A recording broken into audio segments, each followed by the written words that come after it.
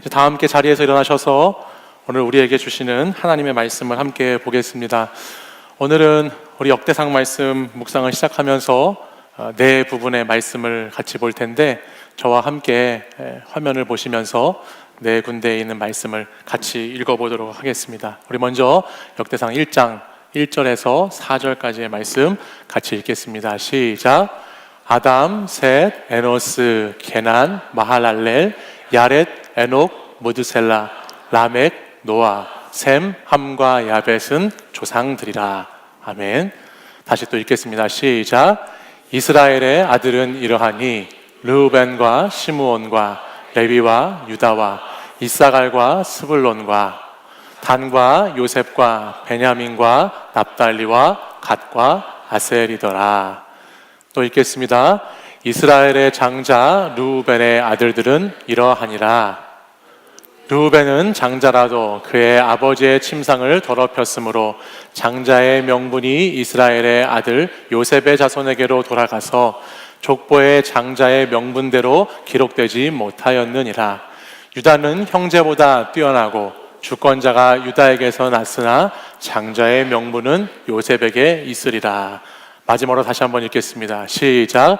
온 이스라엘이 그 계보대로 계수되어 그들은 이스라엘 왕조실록에 기록되니라. 유다가 범죄함으로 말미암아 바벨론으로 사로잡혀 갔더니. 아멘. 이 말씀은 살아계신 하나님의 말씀입니다. 지난주 한 청년과 이런 이야기를 나누게 되었습니다. 5월이 되어서 참 좋은 계절이죠. 지난주 그 청년이 이렇게 얘기했습니다. 목사님의 지난주 설교 말씀을 듣고 5월 좋은 날에 더 말씀을 사랑해야 되겠다는 생각이 들어서 그동안 잠시 쉬었던 매일 성경 말씀 묵상을 다시 시작했다고 합니다. 그래서 역대상 1장 1절의 말씀을 읽기 시작했는데요, 거의 일주일 동안 계속해서 나았으니, 나았으며 나았더라는 말씀만 계속 반복돼서 나와서 아주 힘들었다라는 이야기를 했습니다. 이 이야기를 듣고 웃음이 나오시는 분들은 말씀을 묵상하고 계시는 분들이고, 도대체 무슨 말인지 아무런 감정이 없는 분들은 지금 묵상을 하고 있지 않은 분들이죠. 제가 다 봤습니다. 말씀을 가까이 하지 못하게 하는, 방해하는 공격이 있는 것 같다고 이 청년이 이야기하면서 진짜 봄바람과 함께 날려버렸던 말씀 묵상을 다시 마음 먹고 시작해보려고 했는데, 역대상 1장부터 9장까지 계속 이런 낳고 말씀만 나오는 것이 참 읽기가 쉽지 않았다는 얘기를 했어요. 그리고 도대체 이 무수하게 나오는 이스라엘 사람들의 이름이 오늘 나와 무슨 상관이 있는지도 잘 모르겠고, 이 이름이 기록된 것이 내가 이것을 어떻게 묵상해야 되는지 너무너무 어렵다라는 이야기를 했었습니다. 그리고 드디어 지난주 화요일에 저에게 이렇게 연락이 왔어요. 목사님, 드디어 지긋지긋한 이 족보의 이야기가 끝이 났습니다.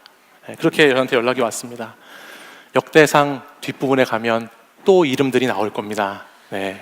너무너무 힘들어하지 마시고, 이제 또 9장 이후에 우리가 지금 계속해서 말씀 묵상하는데, 이럴 때 아니면 언제 묵상하고 읽어보겠습니까? 여러분 한번 읽어보시길 바라고요. 저도 지난주에 이 족보들에 나오는 이름들을 쭉 보면서 많은 생각을 해보았습니다. 성경책에 의미 없는 말씀이 없을 텐데 하나님께서 무려 9장에 걸쳐서 정말 방대한 양의 이스라엘의 족보를 왜 기록해 놓으셨을까? 그리고 또 여기에 기록된 이 족보는 오늘 저와 우리 여러분 청년들에게는 어떤 메시지가 있고 의미가 있을까 많은 생각을 해봤던 한 주였습니다. 요즘은 이런 말을 많이 하는 것 같진 않은데요, 예전에 제가 초등학교에 다닐 때는 이런 이야기들을 했었어요. 간혹 이름을 가지고 이야기하면서 나는 김유신의 김씨야, 나는 정약용의 정씨야, 이런 이야기들을 친구들하고 하면서 족보 얘기를 했던 기억이 납니다. 그래서 자기 성으로 시작하는 유명한 사람의 이름을 대지 못하면 그 친구는 그때부터 양반이 못 되고 천민과 쌍놈이 되어서 우리의 수발을 들어야 하는, 출신과 신분이 전혀 다른 사람으로 살아가야 하는 그런 장난을 쳤던 어렸을 때 기억이 있습니다. 여러분도 이런 이야기들 한 번쯤 해보셨나요? 해보셨으면 해보셨어요? 저랑 그렇게 많이 차이가 안 나나 보네요. 여러분 보시다시피 저는 왕족의 가문에서 태어났습니다.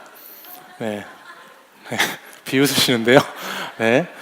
저는 전주이씨 효령대군파 22대 손으로 역사와 전통을 자랑하는 조선왕조 500년에 제3대 왕이었던 태종 왕의 둘째 아들인 효령대군, 형으로는 양녕대군이 있고요, 동생으로는 충녕대군이 있는, 여러분들이 잘 아는 충녕대군이 세종대왕이거든요. 그런 가문, 그런 왕가의 가문에서 제가 22대 손으로 태어났죠. 네. 그래서 제가 어렸을 때는 이렇게 친구들한테 얘기하고 다녔던 것 같아요. 우리 작은 아버지가 세종대왕이라고. 네, 이렇게 재수없게 얘기하면서 우리 작은 아빠 세종대왕이라면서 이렇게 다른 친구들을 계속해서 천민과 쌍놈으로 이렇게 여기면서 이렇게 장난쳤던 기억이 있는데, 그때 제 한 친구가 기억이 납니다. 제 한 친구 중에 왕종훈이라는 친구가 있었는데, 왕씨잖아요. 자기는 조상이 태조 왕건이라고 그러면서 너 고려가 조선보다 먼저라고. 그래서 내가 더 높다고, 자기가 고려가 더 먼저기 때문에 내가 더 높고 너가 더 낮은 것이라고 이렇게 무식하게 놀았던 옛날의 시절도 있었습니다. 족보 이야기들 하다 보면 많은 이야기들 하게 되죠. 우리 청년교구도 새 가족이 처음에 오면요, 족보를 따집니다. 무슨 족보를 따지냐면, 예를 들어서 96년생 친구가, 이렇게 빠른 생일을 갖고 있는 친구가 새 가족에 오잖아요. 그러면 이 96년생 빠른 친구가 족보가 어떻게 해야 되는지를 따지기 시작하는 거예요. 과연 이 친구를 95년생과 친구로 해야 될 것인지, 아니면 96년생 그대로 가야 할 것인지, 그걸 계산합니다. 왜냐하면 이것을 잘 초반에 잡아놓지 않으면 이 친구 관계가, 이 나이 관계가 이상하게 꼬일 수가 있습니다. 그래서 처음에 오면 족보를 따집니다. 안 따지면 갑자기 이 사람하고 나중에 알고 보니까 친구였는데, 이 친구는 이 사람한테 언니고 얘는 이 사람이랑 친구고, 이렇게 둘은 또 언니고, 막 이런 이상한 관계가 되어서 꼭 물어봅니다. 근데 재미있는 것은 30대가 지나가면 갑자기 이전에 빠른 족보를 사용했던 여자들이 자기랑 친구로 있었던 분들이 갑자기 30대가 넘어가면서 친구를 언니라고 부르기 시작합니다. 자기가 빠른인데 이제 과거 족보를 지우고 새롭게 젊은 족보를 쓰는 청년들이 생긴다는 거예요. 그리고 또 어떤 청년들은 지금 우리가 사는 곳이 한국임에도 불구하고 미국식으로 나이를 계산하는 청년들이 있습니다. 그래서 자기는 미국 나이로 이렇게 생각하면서 쓰는 사람도 생기고, 나이 먹고 늙어가면 빠른이고 뭐고 그냥 한 살이라도 더 어린 게 좋다라는 뜻이겠죠. 아무튼 족보 이야기들이, 족보 브레이커들이 이렇게 우리 가운데는 있는데요. 족보를 통해서 가장 먼저 우리가 알 수 있게 되는 것이 뭘까라는 생각을 해보니까, 족보라는 것은 뿌리를 생각해 보게 하지요. 그렇죠? 족보라는 것은 어떤 의미가 있는가 했을 때 우리의 뿌리를 중요하게 생각해 보게 합니다. 어린아이 때부터 앞에서도 말씀드렸지만 우리의 조상이 올라가면 누구인지, 나는 누구의 선조로 어떤 사람으로부터 이렇게 계속해서 태어나게 됐는지를, 그 뿌리와 근원을 따져보고 생각해 보게 된다는 거예요. 그래서 간혹 하는 말 중에 족보에 없는 그런 소리 하지 말라고 이런 이야기 하는 것을 보면, 뿌리와 근거가 없는 허무맹랑한 그런 이야기들 하지 말라는 뜻이잖아요. 그러니까는 족보는 뿌리를 뜻합니다. 그 뿌리가 중단되지 않고 계속해서 건강한 뿌리로 이어지는 것이 좋은 족보이지요. 이스라엘 역사에서도 이 족보가 중요한 이유는 바로 이 족보에 그들의 뿌리가 담겨 있기 때문에 그렇습니다. 역대상의 말씀이 기록될 당시에 이스라엘은 나라가 망했었습니다. 그리고 많은 백성들이 망한 나라에서 바벨론이라고 하는 나라에 포로로 잡혀갔었죠. 그리고 이 역대상의 말씀이 기록될 그때에는 포로로 잡혀갔던 백성들이 다시 자신들의 원래 땅에 돌아와서 이 말씀이 기록되었기 때문에 이 민족, 이 백성들에게는 자신들의 뿌리가 어디고 자신들의 정체성이 어디에 있는지를, 전통을 다시 세우는 것이 굉장히 중요했다라는 것입니다. 우리가 작년 여름에는 열왕기하의 말씀을 같이 나눴었는데요. 열왕기의 말씀은 똑같이 이스라엘 백성들이 망하고 나서 쓰여진 말씀인데, 포로로 갔다가 돌아오기 전에 기록된 말씀이 열왕기의 말씀이에요. 그래서 열왕기서의 말씀은 하나님의 선택받은 백성인 우리가 왜 망하게 되었을까?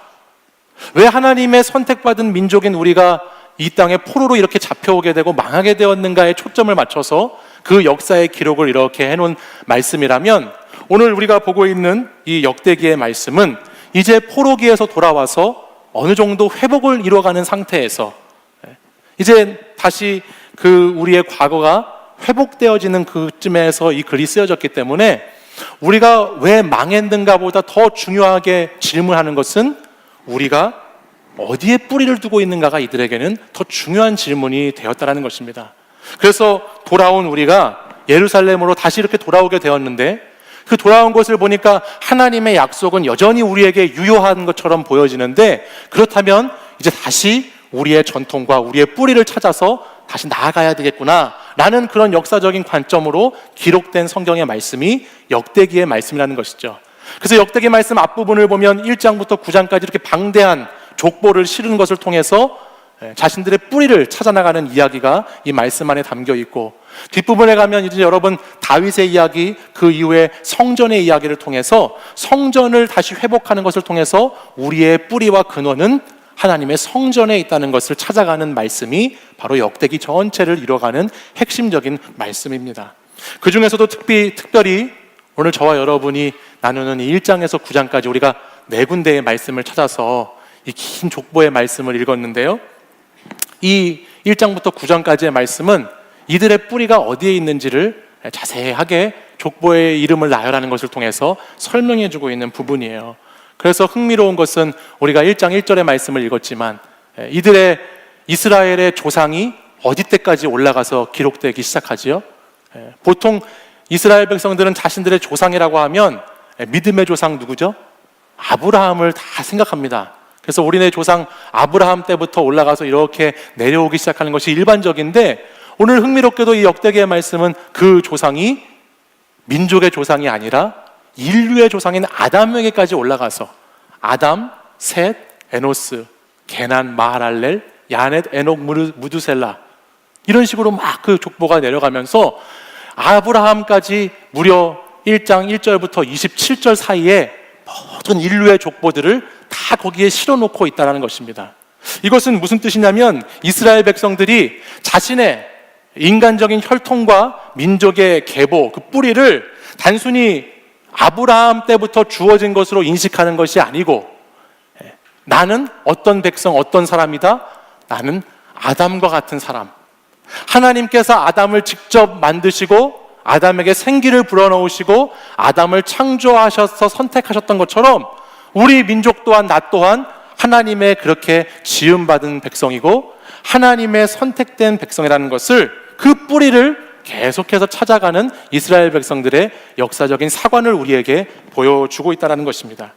하나님의 백성이라는 것을 다시 한번 확실하게 확인하고 하나님이 자신들의 아버지가 되신 하나님이라는 것을 자기뿐만 아니라 다음 세대들에게 전수하고 싶은 마음이 이 족보 안에 담겨져 있다는 거예요.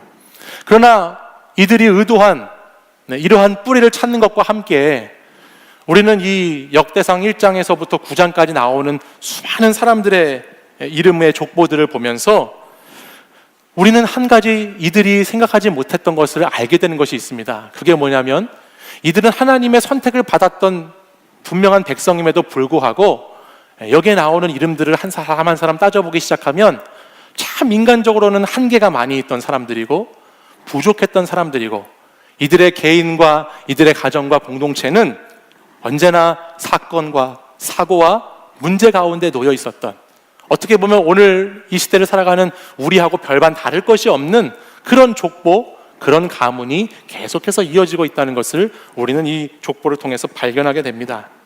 족보에 나오는 이 이름들을 보면서 우리는 그 사람들의 인생을 보게 되죠.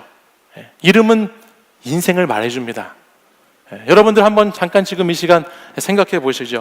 여러분들의 할아버지, 할머니 또는 부모님의 이름을 이렇게 한번 생각해 보십시오. 그러면 그 이름이 그냥 그 이름만 떠올려지게 되는 것이 아니라 우리가 그 이름을 생각하면 그분들의 얼굴도 이렇게 떠오르게 되고요. 얼굴만 떠오르는 것이 아니라 그분들이 살아왔던 수많은 세월과 그들이 지내온 인생들이 이렇게 스쳐 지나가는 것을 이름이 표현해 줍니다. 마찬가지로 이 역대상에 기록된 이 수많은 이름들은 우리가 보기에는 그냥 발음하기 어려운 이름일지 모르지만 이 이스라엘 사람들이 이 족보를 읽을 때에는 그 이름 안에 담겨져 있는 그 인생, 그 이름이 말하고 있는 그 수많은 의미들, 내포들이 자신들에게 다가왔다는 것을 우리는 생각해 볼 수 있는 것이죠. 그 이름들 가운데에는 개인적으로 신앙을 잘 지키면서 믿음의 본을 보이면서 좋은 믿음의 가문을 이루어갔던 사람들의 이름으로 기억되는 사람도 있을 수 있고요. 또 어떤 가정은 하나님께 택함을 받은 가정이 되어서 택함받고 정말 하나님의 귀한 쓰임을 받는 가정의 가문이 되는 그런 이름들도 이어지는 것을 볼 수 있고, 또 어떤 가정들은 대를 이어서 이 사람이 알고 보니까 나중에 이런 사람들의 조상의 후예였구나라는 것을 알 수 있는 그런 이름들도 등장하면서 그런 족보가 이런 의미구나, 이런 뜻이구나라는 것을 이름을 통해서 알게 된다는 거예요. 또 반대로 어떤 사람의 이름은 한 개인으로 말미암아 그 가정과 그 공동체의 신앙이 무너지기도 하고, 또 어떤 이름은 잘못된 선택으로 자기뿐만 아니라 자신의 후손들까지 나쁜 영향력을 미쳐서 실패한 가문이 되게 하기도 하고, 또 하나님으로부터 멀리 떠나가게 되는 그런 이름들도 우린 족보를 통해서 하나씩 보게 된다는 겁니다. 저도 우리 가정에서 이 족보를 보면서 이름 하나를 생각해 보게 됐습니다. 그 이름은 이강천이라고 하는 분의 이름인데, 그분은 저희 친척인데 저희의 셋째 큰아버지입니다. 근데 저는 이 족보를 보면서 그분의 이름이 이렇게 생각났어요. 그 이름을 생각하면서 그분이 살아왔던 인생도, 또 그분의 얼굴도, 가정도 이렇게 하나의 어떤 역사의 그림처럼 싹 하고 스쳐 지나가더라고요. 저희 가정은 아버지가 1세대 신앙을 가져셨기 때문에 1세대 신앙으로 목사가 되었기 때문에 가정에서 참 많은 오해도 있었고, 우리 아버지 형제들 가운데에는 우리 아버지의 신앙과 믿음에 대해서 작고 크게 핍박도 있고 어려움을 주었던 부분들도 많이 있었습니다. 특별히 아버지 쪽의 가족들이 대가족인데요, 그 중에도 제가 방금 말씀드린 그 이강천이라는 그분, 셋째 큰아버지는 제가 어렸을 때 기억해보면 제일 무서웠던 큰아버지로 기억이 돼요. 왜냐하면 그 큰아버지가 저희 집안에서는 제일 잘 나가는 큰아버지였는데, 잘 나가시는 만큼 술을 엄청나게 잘 드셨어요. 그래가지고 저희 집안에 무슨 행사가 있고 모임이 있으면 늘 술고래가 되셨던 분이 그 큰아버지입니다. 그래서 저희 아버지 댁에는 늘 명절이나 어떤 때가 되면 제사를 드렸었거든요. 제사를 드리면 제사상에 올라오는 술이 있잖아요. 그러면 그 술은 다 우리 셋째 큰아버지 거예요. 그래서 큰아버지가 다 드시고, 그리고 취하셔서 뭐 간혹가다 저한테도 소리도 지르시고, 또 본인 간에는 귀엽다고 귀를 잡아당기는데 저는 귀가 너무 아프더라고요. 막 귀를 일부러 세게 잡아당기는 것 같기도 하고, 그래서 굉장히 무서웠던 아버지로 기억이 됩니다.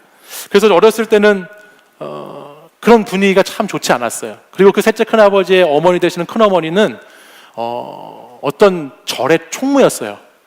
절의 총무님이셔가지고 그 집에 가면 불상이 있고요, 또 향을 집에서도 피우더라고요, 옛날에. 그래서 향을 집에서도 피워놓고, 또 여러분들 문에 이런 부적 보신 적 있으시죠? 이렇게 노란색으로 이렇게 있는 부적들도 그 집에 가면 많이 붙어 있고, 그러니까 어렸을 때는 그런 집에 들어갈 때 분위기가 얼마나 무서웠겠어요. 그래서 저는 아버지 쪽 친척 집에 가는 걸 정말 싫어했어요. 그 집을 딱 생각하면은 딱 분위기가 무섭고 무겁고 어둡고 삭막하고 가기 싫고 짜증나는 분위기가 딱 우리 아버지 친가 쪽의 집안의 분위기였습니다. 근데 2004년도, 지금부터 한 15년쯤 됐네요 벌써. 2004년도에부터 한 가정 한 가정씩 저희 아버지 형제들의 가정이 전도가 되기 시작했습니다. 그래서 아마 제가 생각하기에는 그동안 꾸준히 기도하셨던 우리 아버지의 기도가 응답되셔서 한 가정씩 이렇게 전도되는 모습이 우리 가정 가운데 있었는데, 제일 유교적인 분위기에 무거운 분위기를 갖고 계셨던 분이 큰아버지신데 제사를 주관해야 되잖아요. 근데 그 큰아버지가 이제 예수님을 믿게 된 거예요. 그래서 집사님이 되셨어요. 그리고 술을 주인으로 삼아서 주님으로 삼아서 살아가던 그 셋째 큰아버지도 회심을 하시고 또 안수 집사님이 되시고, 그렇게 해서 2004년 이후에 한 해씩 지나가면서 가족들, 형제들이, 저희 7형제거든요 아버지가, 그 7형제들이 이렇게 예수님을 다 믿게 됐습니다. 그러다 보니 자연스럽게 가정의 분위기가 많이 달라지게 됐죠. 그래서 제사를 드리던 곳이 예배를 드리는 곳으로 바뀌고요, 날마다 모이기만 하면 술 먹고 싸우고 소리 지르고 하던 그런 장소들이 서로를 위해서 기도 제목을 물어보고, 네, 너무 어색하더라고요. 처음에는 막 갑자기 그런 큰 아버지가 갑자기 요즘 예전에 막 그랬어요. 요즘 창조는 기도 제목이 뭐냐고, 얼마나 어색한지. 예, 그런 것도 물어보기도 하고, 실제로도 저희 그 셋째 큰 아버지가 지금까지도 매일 새벽 기도를 드려요. 회심한 후에 술도 다 끊고 새벽 기도를 매일 드리면서 저희 아버지를 위해서, 가정을 위해서, 또 저희 목사 가정을 위해서 새벽마다 기도를 가장 많이 해주시는 분 중에 한 분이 되셨어요. 이것을 보면서 참 제 할아버지 때는 온통 집안이 유교적인 문화, 또 기독교의 복음에 거부되는, 대항되는 문화들, 또 술판의 문화들, 이런 문화들로 가득 찼던 것이 우리 집안의 가문이었는데, 우리 아버지 때를 지나고 저와 제 아들이 살아가는 때가 되고 나니까 집안의 모습이 대대로 이어지면서 이렇게 바뀔 수도 있구나라는 생각을 해보게 되었습니다. 그리고 지금은 가장 친근하고 가깝게 지내는 것이 이강천 씨예요. 그분과 가장 가깝게 지내고 있어요. 제일 무서웠는데 최근에 들으니까는 이 셋째 큰아버지가 저희 아버지 교회에, 심호하시는 교회에 이렇게 출석하시거든요. 근데 아버지가 동생 목사여서 그런지 모르겠지만 저희 큰아버지가 10에 2조를 하신다고 그러더라고요.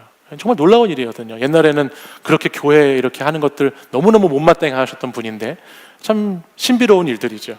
이 과정을 이렇게 제가 생각해보고, 오늘 이 역대상의 말씀에 나오는 족보들 가운데 나오는 이름, 또 우리 집안에 있는 족보 가운데 나오는 그 이름을 한번 생각해보면서 제가 참 느꼈다고 깨달았던 것이 있습니다. 그것이 뭐냐면, 분명히 과거는 오늘 나의 삶의 자리에 큰 영향을 미칩니다.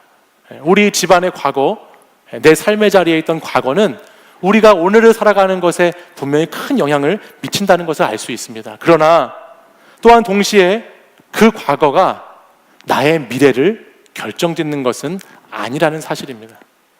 우리는 과거에 영향을 받고 살지만 그 과거 그대로 미래가 결정되는 것은 아니라는 것이에요. 저와 여러분의 가정이, 우리 가정 모두가 날마다 행복한 가정이 되면 좋고, 우리 가정에 어려움이 없고 문제가 없고 날마다 기쁨이 넘치고 웃음이 넘치는 가정이 되면 좋겠지만, 저와 여러분이 살아가는 현실의 가정은 대부분의 경우 많이 그렇지 못한 가정 가운데 우리가 살아갈 때도 있잖아요.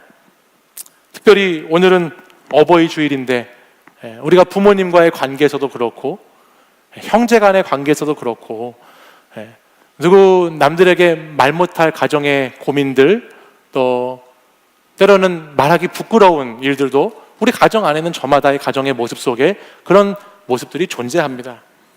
근데 우리는 이 과거, 우리 가정에서 흘러내려오는 이 족보, 이 과거의 이름들을 우리의 힘으로 어떻게 바꿀 수는 없습니다.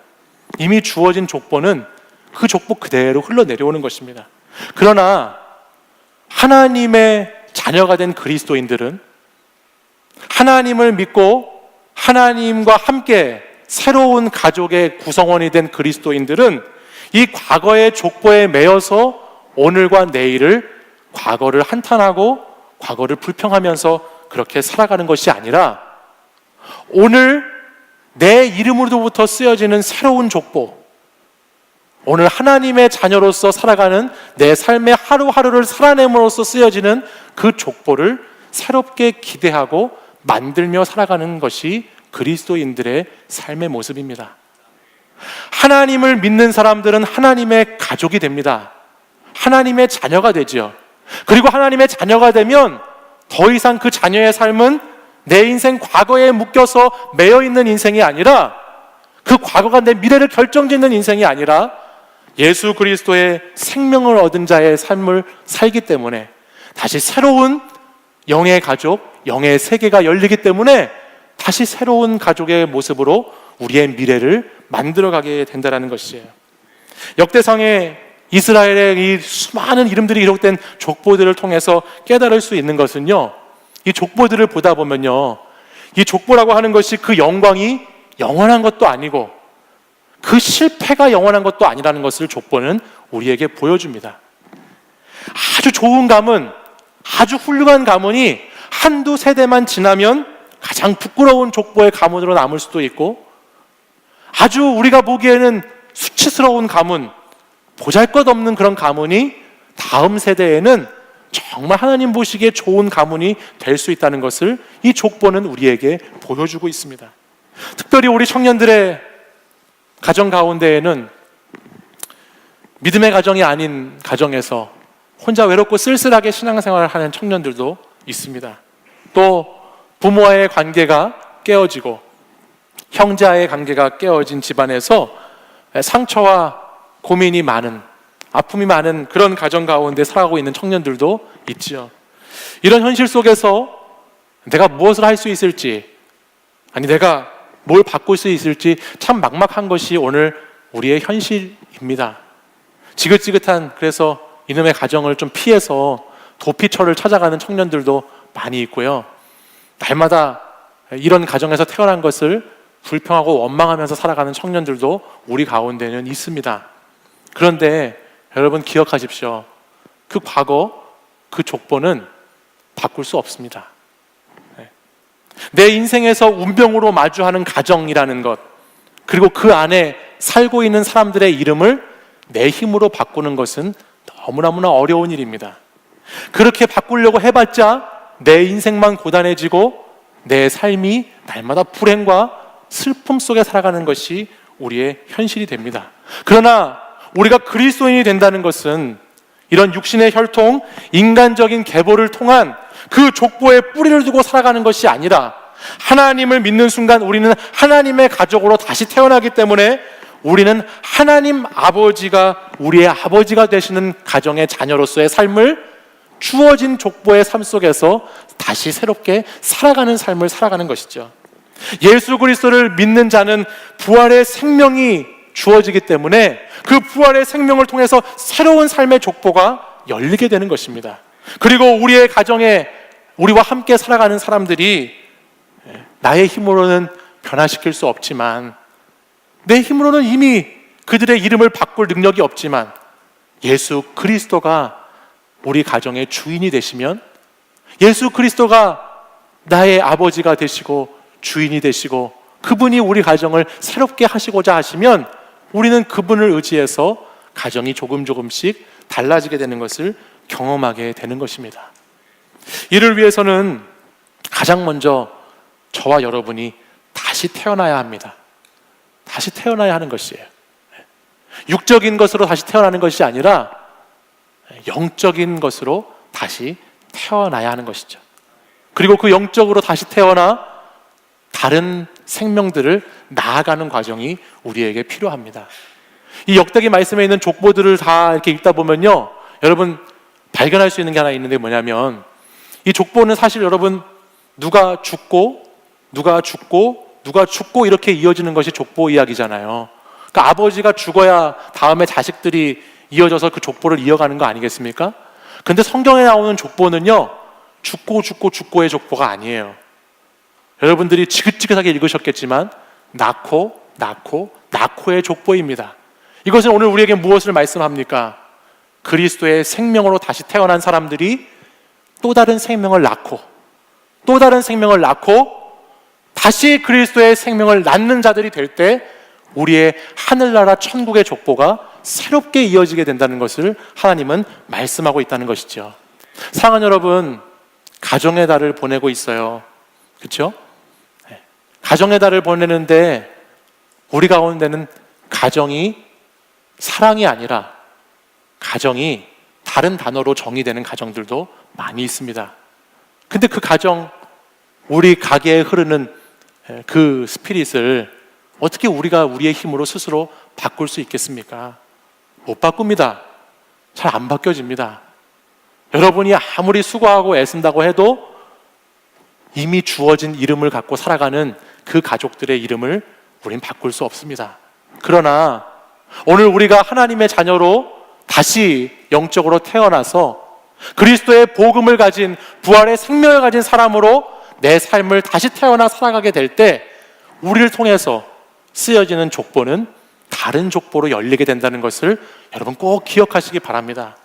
그렇기 때문에 여러분, 우리는 내가 할 수 없는 어떤 것들을 하기 위해서 수고하고 애쓸 것이 아니라 내가 그리스도의 자녀된 사람으로서, 하나님의 자녀로서 오늘 할 수 있는 작은 것이 무엇인지를 발견하고 그것을 하나씩 해나가는 삶을 주어진 삶 가운데 살아가야 하는 것입니다. 어떤 큰 사람이 달라지는 변화, 어떤 크게 놀랍게 갑자기 사람이 달라지는 것을 기대할 것이 아니고요, 저와 여러분이 있는 자리에서 저와 여러분이 할 수 있는 작은 변화들을 실천해 나가는 것, 더 사랑하는 것, 조금 더 희생하는 것, 그리고 조금 더 내가 용서하는 마음을 갖는 것이 우리 삶의 자리 가운데 꼭 필요하다는 것을 기억하시기 바랍니다. 새 생명을 잉태하는 여러분들이 되십시오. 우리 가문과 나의 혈통과 나의 배경이 좋지 못해도, 사람들이 인정할 만한 가정이 되지 못해도, 우리 가정을 보면 너무나 많은 문제 가운데 한숨밖에 나오지 않아도 이 세상 하나님께서 역사하시고 하나님께서 생명을 부여해 주시고 다시 그 생명을 잉태하고 낳게 인도해 주시면 그 어떤 족보보다도 더 위대한 족보가 우리 때부터 다시 시작되어질 수 있다는 것을 여러분 기억하시기 바랍니다. 내가 바꿀 수 없는 것들 때문에 힘들어할 것이 아니고, 바꿀 수 있는 것, 그것을 위해서 기도하시고 그것을 위해서 조금씩 애쓰시는 청년 여러분들이 되시기를 바랍니다. 거기서 사랑이 시작되는 것입니다. 여러분, 5월은 사랑하기 좋은 계절입니다. 사랑하는 여러분들이 주 안에서 다시 태어나서 예수 그리스도로 다시 태어나서 내가 사랑할 수 없었지만 다시 사랑으로 잉태하고 그 사랑을 낳고 그 사랑이 우리를 통해서 흘러가는 그런 복된 우리 가정의 달 5월달 보내시는 여러분들 되시기를 간절히 소망합니다. 이 시간 함께 찬양하고 우리 기도하겠습니다.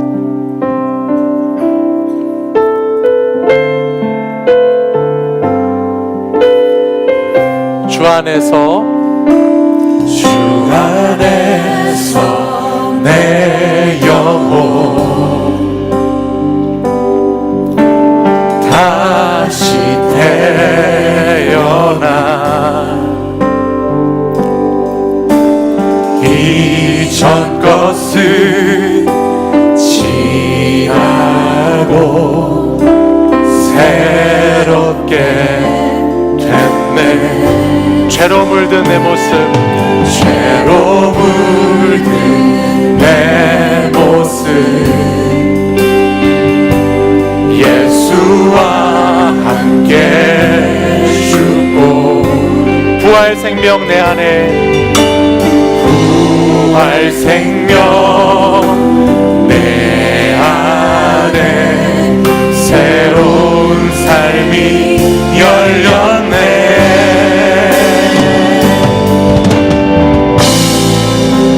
너희가 나를 택한 것이 아니요,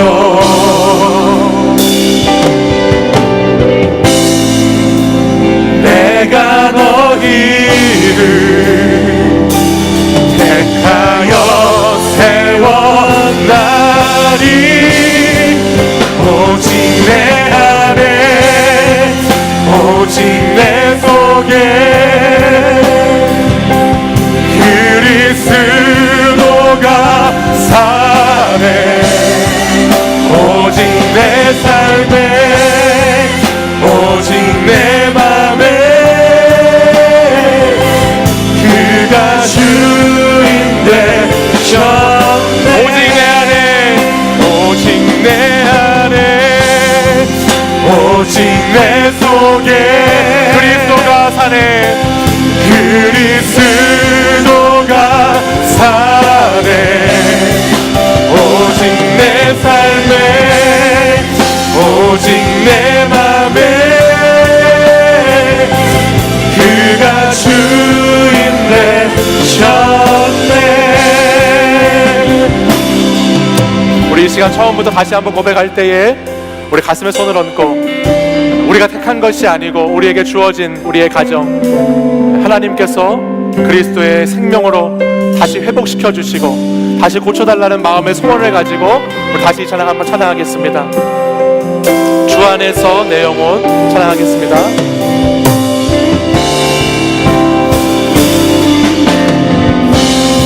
주 안에서, 주 안에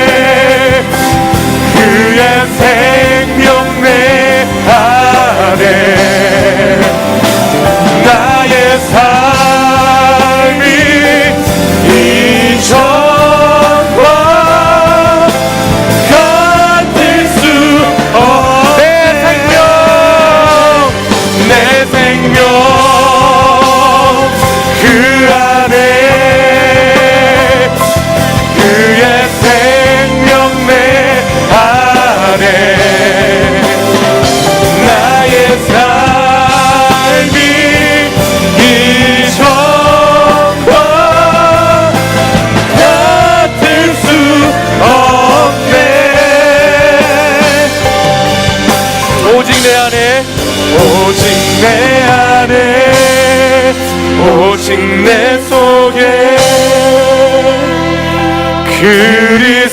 그리스도가 사네 오직 내 삶에 오직 내 맘에 그가 주인 돼 오직 내 안에 오직 내 안에 오직 내 속에 그리스도가 사네 그리스도가 사네 오직 내 삶에 오직 내 맘에 우리 자리에서 일어나서 다시 한번 고백하겠습니다. 오직 내 안에 오직 내 안에 오직 내 속에 그리스도가 사네 오직 내 삶에 오직 내 맘에 그가 주 우리 마지막으로 한 번 더 오직 내 안에 오직 내 안에 오직 내 속에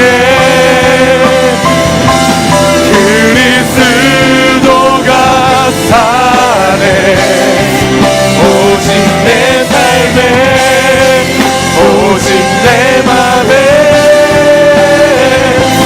그가 주인 되셨네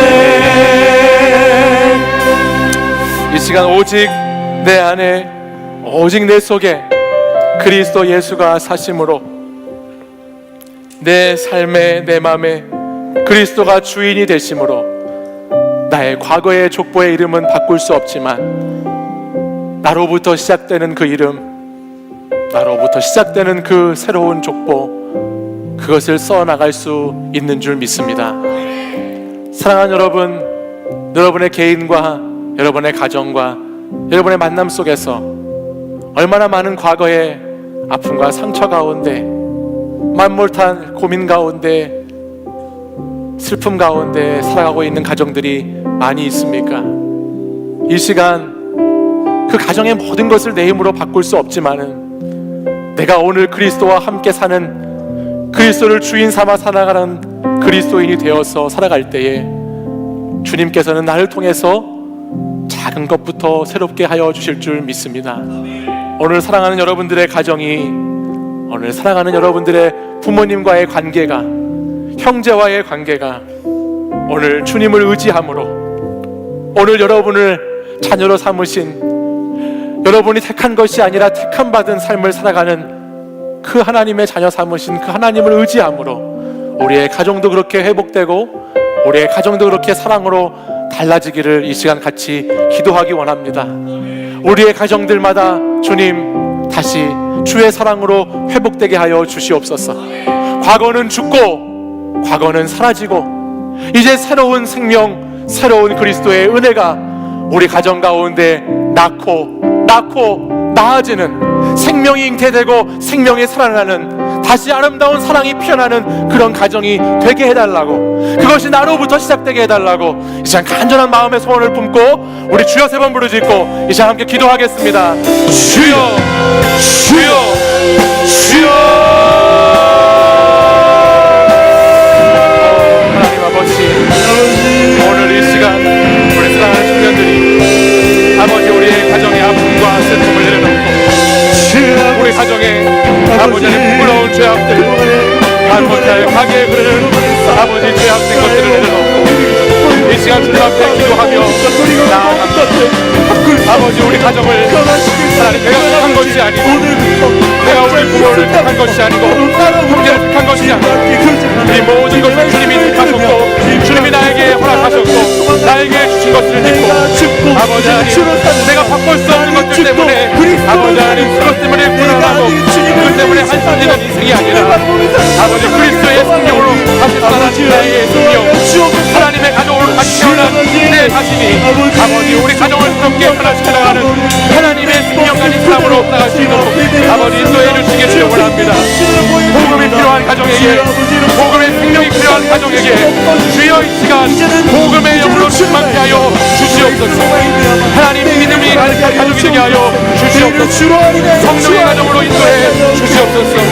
우리의 가정 아버지 하나님의 아버지 생명의 은혜가 복음의 은혜가 예수 그리스도가 들어가야 되는 줄 믿습니다. 예수가 있는 곳에 변화가 있고 예수가 있는 곳에 회복이 있고 예수 그리스도의 십자가와 부활이 있는 곳에 다시 새로운 가정의 모습이 있는 줄 믿사오니 아버지 하나님 우리의 가정이 예수 그리스도를 의지함으로 말미암아 다시 새롭게 태어나는 가정이 되시도록 아버지 역사하여 주시옵소서. 아버지 우리 가정을 새로운 생명으로 인도해 주시고 새로운 생명으로 부어주시고 복음의 역사함으로 함께하여 주시사 우리 가족들마다 복음으로 살아나게 하시며 믿음으로 일어나게 하시며 예수 그리스도의 생명의 부활로 우리 가족들마다 고생케 되고 소망이 되게 되시도록 아버지 하나님 인도해 주시기를 원합니다. 주여 우리 가정을 새롭게 만져 주십시오. 우리 가정을 새롭게 회복시켜 주시옵소서.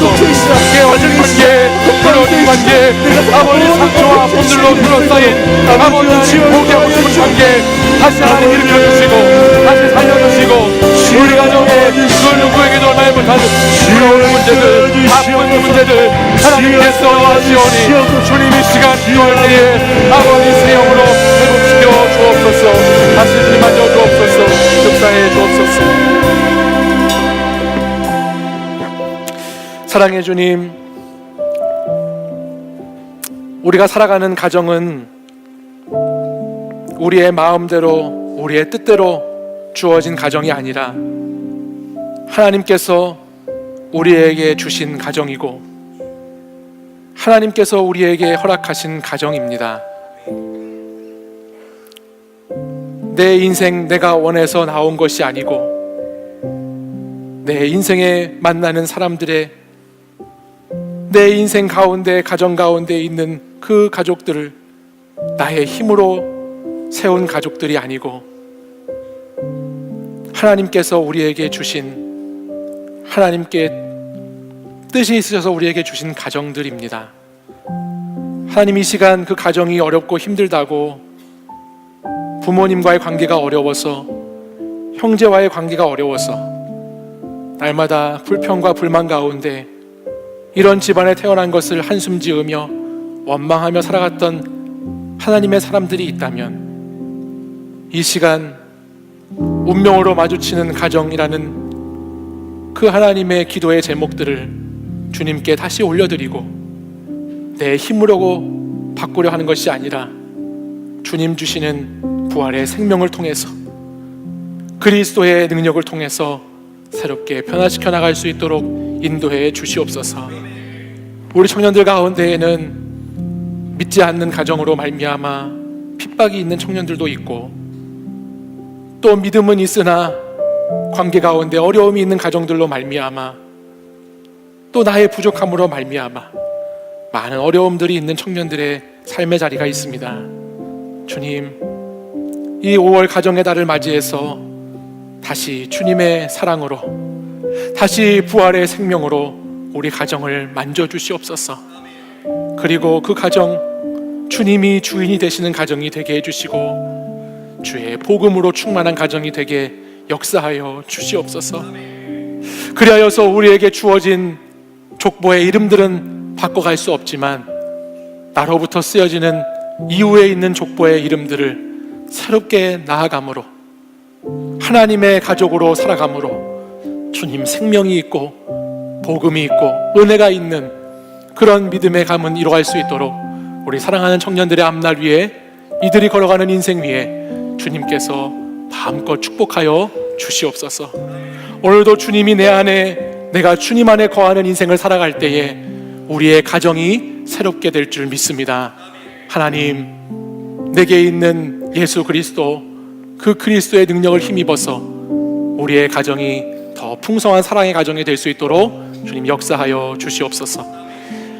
이제는 우리 주 예수 그리스도의 은혜와 하나님 아버지의 사랑과 성령의 교통하심이 오늘 우리에게 주어진 가정, 우리에게 주어진 부모, 우리의 아버지, 어머니, 형제, 자매들 하나님께서 그리스도의 사랑으로, 하나님의 자녀된 사랑으로 다시 품고 사랑하고 그들을 위해 기도하며 주님 예수 그리스도로 함께 작은 것부터 실천해 나가기를 다짐하는 오늘 이곳에 모여 예배드린 사랑하는 청년들과 성도들 위해 이제부터 영원까지 주의 은혜가 항상 함께 하시기를 간절히 축원하옵나이다.